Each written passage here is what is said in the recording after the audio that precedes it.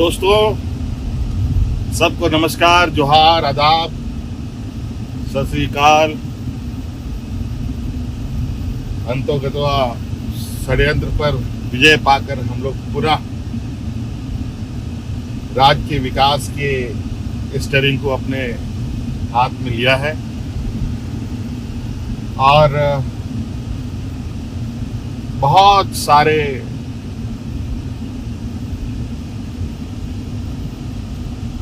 सोच है इस राज्य के प्रति हमारी।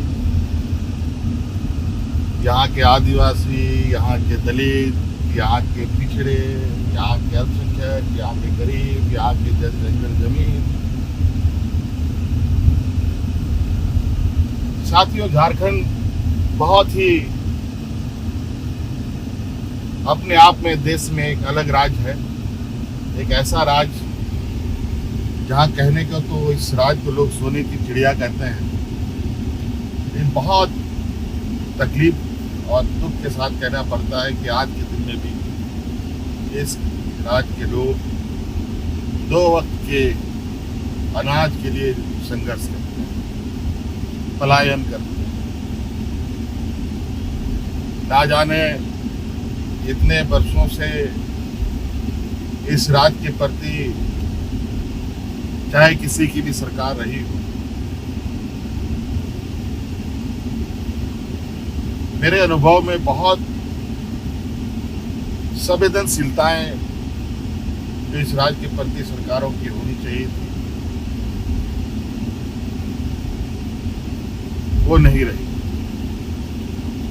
2019 में आपने हमें राज्य को दिशा देने का जिम्मा सौंपा। सरकार बनने के बाद कोरोना जैसा महामारी आया, आपने देखा पूरा देश दुनिया लॉकडाउन के चपेट में आ गया। ऐसे स्थिति में पूरा देश का हालत क्या था वो आप सबको मालूम है। हमारे राज्य की भी क्या स्थिति थी आप सबको मालूम है। सीमित संसाधन, स्वास्थ्य का घोर अभाव, डॉक्टर, दवाओं की घोर कमी के बावजूद हमने बहुत संवेदनशीलता के साथ कोरोना काल को पार किया। हमारे इस जंग में 2 मंत्री शहीद हो गए,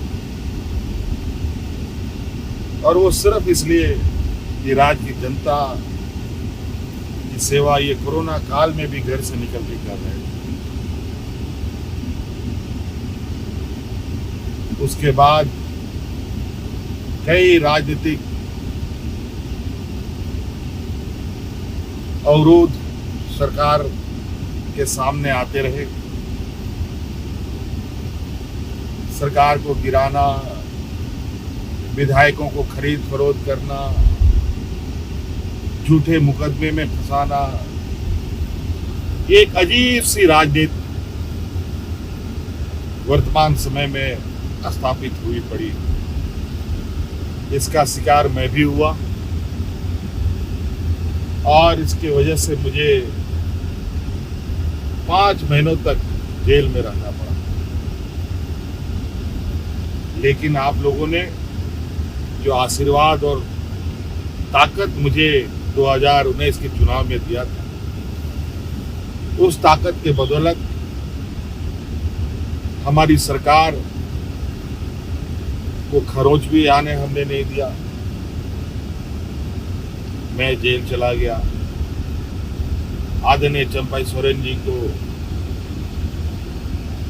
हमने अपनी जगह सौंपकर मैं होटवार जेल में चला गया और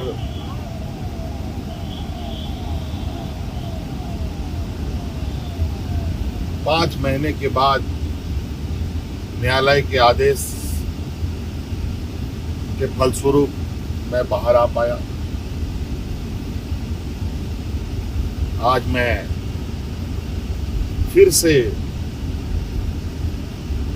इस राज्य की दिशा को देने के लिए जो मैंने 2019 में ही संकल्प लिया था, उसको पूरा करने के लिए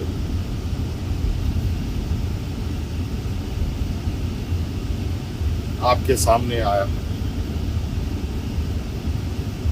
साथियों,